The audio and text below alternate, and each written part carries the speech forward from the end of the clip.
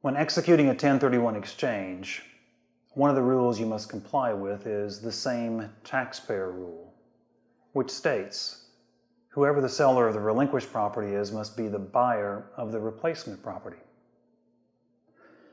Well, it is not unusual for the owner of the real estate, the investor, the exchanger, to be a multi-member LLC comprised of multiple individuals.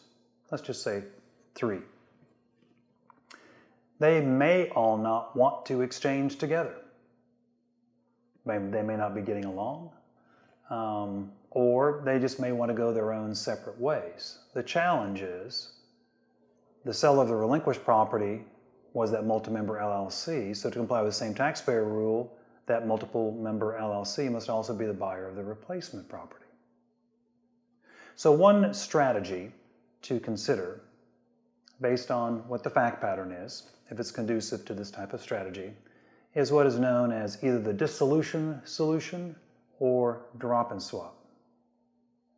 What this means is at some point prior to the sale, hopefully before the property going under contract, that you've either dissolved that multi-member LLC.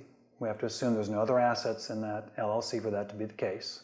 If there are, then you just distribute out from that LLC the property. And when you distribute it out or dissolve, then there are deeds or a deed that is issued to the former partners showing the property in their personal names or in an entity that they're choosing. We call this a tenant in common ownership, where you have multiple parties now directly on title. They own it as tenants in common. Tenants in common. So that's critical because a tenant in common ownership position is considered individual ownership in real estate and separately respected. So after taking this step, if the property is then put under contract and then sold, the closing statement will show these 3 tenant in common sellers, and each of them can go their own separate ways. Matter of fact, if one wants to cash out and pay the tax, they can. They're no longer joined at the hip. The challenge that most people face is one of 2. One is they come and call us a couple weeks before the closing.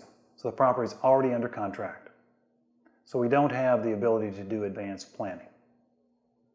The second one is there's debt on the property. There's a loan.